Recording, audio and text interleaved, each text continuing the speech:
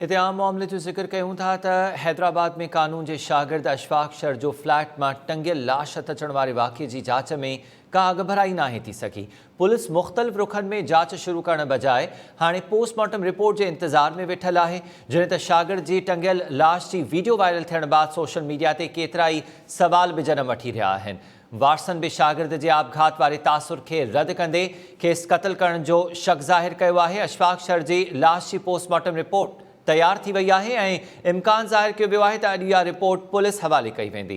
गुज़िरियल ॾींहुं Naseem shopping centre के फ्लैट में कानून के शागिर्द अशफाक शर जो फ्लैट में लाश हथायो हो। इन मामले ते इम्तियाज़ खोसो का अपडेट्स भी मालूम कंदासीं ऐं असां सां गॾु अशफाक शर जो कज़न आसिफ शर भी टेलीफोन लाइन में कुछ देर में जॉइन कंदो। इम्तियाज़ का पहिरियों तफ़सील मालूम कयूं था। इम्तियाज़ आगाह कजो, हाणे पुलिस का अगभराई नाहे करे सघी जांच में, इंतज़ार कयो पियो वञे त जॾहिं पोस्टमार्टम रिपोर्ट साम्हूं अचे।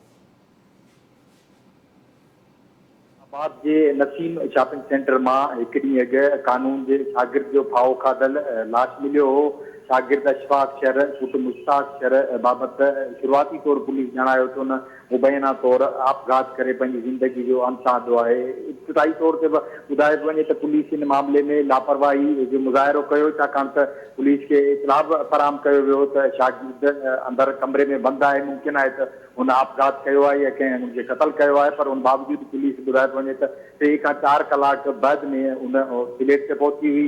उन खां पोइ दरवाज़ो तोड़े उनजो जॾहिं लाश ॾिठो वियो तो उते जेके उन सां गॾु उनजा दोस्त ऐं मिटमाइट पहुता हुआ, उन्हनि पारां वीडियोज़ बि ठाही हुयूं, उनजा फोटो भी ठाया हुआ त उहो कहिड़े अंदाज़ में उते जो उनजो बेड है उन ते पियल हो, उन केबल की तार सां उनजो जो गलो है वो पंखे में लटकियल हो। तो उन दौरान जो शुरुआती तौर ते मंज़र हर माण्हू ॾिठा, उन खां पोइ पुलिस भी ॾिठा तो उन मां न पे लॻो तो कोई इन शागिर्द मुबैना तौर फाओ खाई आपघात किया है, छाकाणि त जहिड़े अंदाज़ उन स्टाइल में उनके उते रखियो वियो हुजे ईअं महसूस थी रहियो। तो उन खां पोइ सोशल मीडिया भी इन मामले के तमाम घणो हाईलाइट किया है। सोशल मीडिया पे जेके कानून जा शागिर्द आहिनि या दोस्त यार हिन जा आहिनि मिटमाइट, उन्हनि पारां भी ॻाल्हियूं कयूं पियूं वञनि त इन शागिर्द ख़ुदकशी नाहे कई, छाकाणि त शागिर्द ज़हीन हो, पढ़ाई में भी होशियार हो ऐं ख़ुदकशी नथो करे सघे। इन मामले की हर रुख खां जांच थियण घुरिजे। पर पुलिस ईअं कयो आहे त सिर्फ़ उनजो लाश उतां वसूल करे पोस्टमार्टम लाइ सिविल अस्पताल पहुचायो हो।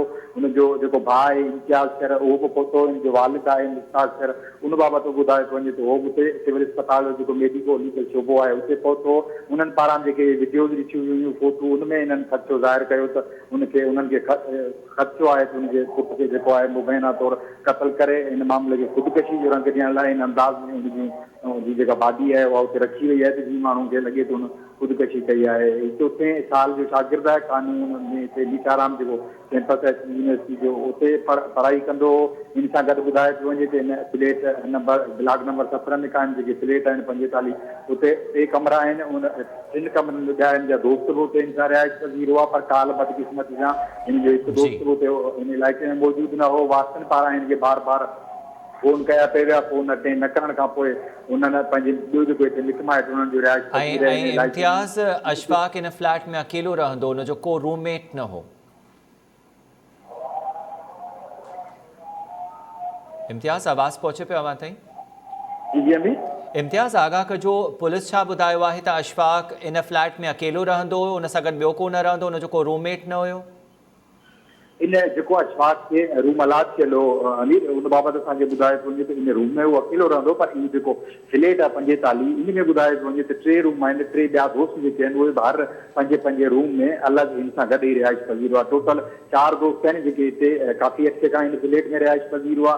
सभिनि दोस्तनि जा अलॻि अलॻि रूम हुआ। हिन जो जेको लाश मिलियो आहे उहो हिन जे ई कमरे मां पुलिस खे हथायो आहे। 3 जेके दोस्त ॿिया ॿुधाए पिया वञनि उहे बि ॿुधाए पिया वञनि त 3 ॾींहं अॻु में ई हितां निकिरी विया हुआ ऐं काल जेके आहिनि उन्हनि जा कमरा उहे 3 बंदि हुआ। पुलिस छा हुआ त ॿाहिरां उन्हनि खे ताला लॻल हुआ। या पुलिस जेको वॾो मुंशी शमसराज पर उन पारां बि तस्दीक कई वई हुई त इन फ्लैट में 4 रूम आहिनि। फ्लैट नंबर 45 में इहो फ्लैट नसीम शॉपिंग मॉल जे ब्लॉक नंबर 17 में क़ाइम आहे, जिते जेके हिकिड़ो रूम हिन शागिर्द खे अलाट थियल हो, जॾहिं 3 जेके रूम आहिनि उन में ॿिया हिन जा दोस्तनि सां गॾु रिहाइश पज़ीर हुआ, पर काल उन मां को बि जेको आहे हिन जो दोस्त उते मौजूद न हो। वारसनि ठीक हिनखे है फ़ोन ते इम्तियाज़ कया, जो मामलो काफ़ी मुंझ लगे थो। पुलिस हाणे का अॻिते जांच में अॻभराई नाहे करे सघी, इंतज़ारु करे पई त पोस्टमार्टम रिपोर्ट साम्हूं अचे, पर मोबाइल ज़रिए जेके वीडियोज़ ऐं तस्वीरूं कढी वियूं आहिनि सोशल मीडिया ते उहे अपलोड कयूं वियूं आहिनि ऐं उन्हनि तस्वीरुनि केतिरा ई सवाल उथारिया आहिनि त अशफ़ाक़ शर जंहिं हालत में मिलियो इन फ्लैट जे कमरे मां उन में लॻे नथो त उन को आपघात कयो आहे ऐं वारसनि बि इन इम्कान खे बिल्कुलु रद्द करे छॾियो आहे त अशफ़ाक़ ख़ुदकुशी नाहे कई, उनखे ग़ालिबन क़त्ल कयो वियो आहे। अशफ़ाक़ शर जो सोट आहे असां सां गॾु टेलीफोन लाइन ते मौजूदु आहे आसिफ़ शर, उन सां बि वधीक ॻाल्हि ॿोल कयूं था। आसिफ़ साहब महिरबानी टाइम न्यूज़ खे वक़्तु ॾियण जे लाइ। सभ खां पहिरियां त सम्झी सघूं था त अवां पूरी फैमिली यकीनी तौर ते हिन वक़्तु दुख में आहियो ऐं छा अवां चवंदव, वारस बि इहो चवनि था त अशफ़ाक़ ख़ुदकुशी नथो करे सघे, कहिड़ा सबब न हुया जो अशफ़ाक़ ख़ुदकुशी करे? अहिड़ा त बिल्कुलु कोई बि सबब न हुया जंहिंजे करे असां ख़ुदकुशीअ जो को अंदाज़ो बि लॻाए था सघूं। फाइनेंशियल इशूज़ बि कोई न आहे या कंहिंसां एनिमिटी बि कोई कोन्हे। उन खां अलावा जंहिं पोज़ीशन में माना अशफ़ाक़ वेठो आहे त हाणे वेहण जे अंदाज़ में त कोई सुसाइड कोन थो करे सघे कॾहिं बि। किथे त उहो आख़िरी स्टेज ते कॉन्शियसनेस हुनखे सिग्नल ॾींदो, माण्हू उथंदो, पंहिंजी जान छॾाईंदो। एॾो जज़्बात में, चलो असां मञूं बि था जेकॾहिं जज़्बात में अची करे जेकॾहिं अहिड़ो को कमु करे थो त हिकिड़ो वेठे माण्हू सुसाइड कीन करे सघे। ऐं ऑन द स्पॉट मां पहुतो आहियां जॾहिं रूम में जीअं एंटर थिया उन रूम में कोई बि चेयर कोन हुई। चेयर हुजे उन बेड ते चेयर हुन हटाई हुजे, पेरनि ते अची उन पोइ सुसाइड कई हुजे, इहा बि ॻाल्हि सम्झ में नथी अचे। हिकिड़ो वेठे माण्हू सुसाइड कीअं थो करे सघे? पुलिस सां अवां जी छा ॻाल्हि ॿोल थी आहे? पुलिस जी इनमहिल ताईं जांच में अवां मुतमइन आहियो? केस में अवां बिल्कुलु बि मुतमिन न आहे। पुलिस वॾी लेज़ीनेस शो थी करे पई। जॾहिं असां हुते पहुता आसिफ़ साहब थोरो अगरि तव्हां थोरो ज़ोर सां ॻाल्हायो, तव्हांजो आवाज़ु काफ़ी घटि पियो अचे। सर पुलिस जी असां वेरिफिकेशन में बिल्कुलु बि सेटिस्फाई न आहियूं। पुलिस पंहिंजी लेज़ीनेस शो थी करे। जॾहिं शुरू में पुलिस खे इंफॉर्म कयो आहे, एग्ज़ैक्ट 2 घंटनि खां पोइ पुलिस आई आहे जी। ऐं उन खां अलावा जॾहिं पुलिस बि अची चुकी आहे, फॉरेंसिक वारा न पिया अचनि त संडे जो टाइम आहे, असांखे डिफरेंट रीज़न्स पिया ॾिना वञनि त संडे आहे जो हिन जे करे उन लेबोरेटरीज़ वग़ैरह बंदि आहिनि। उन खां पोइ 3 घंटनि खां पोइ वरी फॉरेंसिक वारा आया। त हिनमहिल ताईं जेका पुलिस जी स्पीड हुजणु घुरिजे न जांच में, उन मां अवां मुतमइन न आहियो। हाणे पुलिस पोस्टमार्टम रिपोर्ट जो इंतज़ारु करे पई त पोस्टमार्टम रिपोर्ट साम्हूं अचे ऐं उन में कुझु वधीक बहितर शाहिदियूं मिली सघनि त जीअं पुलिस खे जांच में बि मदद मिले। जी जी जी। अवां जी का ॻाल्हि ॿोल थी आहे? छो जो चयो पियो वञे त इहा पोस्टमार्टम रिपोर्ट हाणे ग़ालिबन तयारु थी चुकी आहे ऐं अॼु कंहिं बि वक़्तु पुलिस हवाले कई वेंदी। असां बिल्कुलु असां डिमांड कंदासीं CM सिंध खां, IG सिंध पुलिस खां। असां चवंदासीं त असांजो हक़ कयो वञे, इंसाफ़ कयो वञे, इन्वेस्टिगेशन हिकिड़ी प्रॉपर थ्रू चैनल कई वञे जीअं असांखे इंसाफ़ हासिल थी सघे। आसिफ़, वारसनि मतिलबु उनजे वालिद या उनजे भाइरनि मां कंहिं कुझु ॿुधायो आहे त को अहिड़ो मामिलो हो अशफ़ाक़ जो जेको शायदि वालिदैन खे या घर भातियुनि खे ख़बर न हुयो? न सर, अहिड़ो कोई इशू न आहे। कंहिं असां फ्रेंड खां पुछियो आहे, जेके रोबर्ट से उन खां पुछियो वियो आहे, अहिड़ो कोई मामिलो न चयो आहे। कंहिंसां को झेड़ो, का दुश्मनी, का नाराज़गी बि अहिड़ो को मामिलो न आहे? कुझु बि न आहे, कुझु बि न आहे। जिते इंसिडेंट थियो आहे, इंसिडेंट जिते थियो वियो आहे उहो इशफ़ाक़ जो रूम बि न आहे, रूम हुनजो ॿियो आहे। छो जो गुज़िरियल कुझु अरसे में जेके आपघात जा वाक़िया वधिया आहिनि उनमें ॾिठो वियो आहे त आपघात कंदड़ डिप्रेशन जो शिकार हुजनि था, त अहिड़ो बि को मामिलो न हो? अशफ़ाक़ पंहिंजी ज़िंदगी मां तमामु घणो ख़ुशि हो, तालीम में बहितर हुई, ॿुधाइनि पिया उनजा दोस्त बि, त उहो बिल्कुलु ख़ुशि अख़लाक़ हो, लॻे न पियो त उहो को बि अहिड़ो सबबु हूंदो त उहो ख़ुदकुशी कंदो? बिल्कुलु बिल्कुलु ईअं। तव्हांजी हाणे छा डिमांड हूंदी? साईं असांजी इहा ई डिमांड आहे, असांखे प्रॉपर इन्वेस्टिगेशन माना कराई वञे। असांजे इन्वेस्टिगेशन मुतमिन नथा थियूं, पुलिस टाइम ते को बि कमु कोन थी करे, असांखे इंसाफ़ खपे। जी, ऐं पुलिस इन सॼी सूरतहाल में या जेका जांच इन्वेस्टिगेशन थिए पई, आख़िरी दफ़ो कॾहिं को अपडेट कयो आहे वारसनि खे? पुलिस राति खां वठी असांखे कोई कॉन्टेक्ट में न आई आहे। राति खां वठी करे हिनमहिल ताईं को कॉन्टेक्ट नाहे कयो वियो त उन्हनि खे जांच में छा ख़बर पई आहे? को जवाबु न पियो ॾिनो वञे, को बयान नाहिनि वरिता विया? कोई रिस्पॉन्स न मिलियो आहे, कोई रिस्पॉन्स न मिलियो आहे।